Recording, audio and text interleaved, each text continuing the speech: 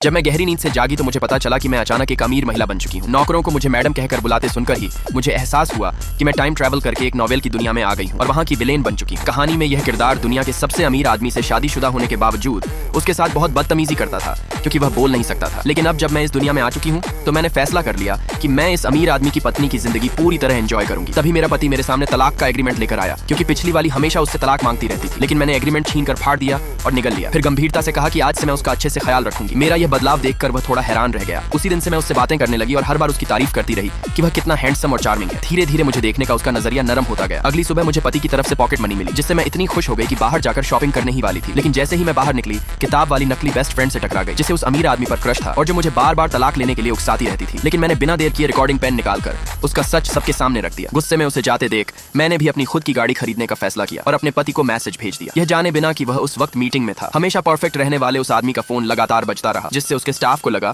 कि कंपनी में कोई बड़ा क्राइसिस आ गया है, लेकिन उसने मुझे जरा भी ब्लेम नहीं किया। जब वह घर लौटा तो मैंने उसे अपनी खरीदी हुई लग्जरी कार दिखाई जो असल में एक क्यूट सी इलेक्ट्रिक बाइक थी। साथ ही मैंने दुकानदार की तरफ से गिफ्ट में मिली चमकने वाली घड़ी भी दिखा दी और उसके होठों पर आई हल्की मुस्कान मैं नोटिस नहीं कर पाई। रात में जब मैं उठी तो गलती से एक पेन पर पैर पड़ गया और घबराहट में उसके कपड़े खुल गए, लेकिन उसके परफेक्ट फिगर को देखकर मेरे मुंह से तारीफ निकल गई जिससे उसके कान शर्म से लाल हो गए। माफी जताने के लिए नहाने के बाद मैंने उसे रजाई के अंदर खींच लिया और अपनी फेवरेट चमकने वाली घड़ी निकालकर उसके हाथ में पहना दी। उस पल घड़ी की रोशनी चमक रही थी जबकि बाहर अब भी अंधेरा था।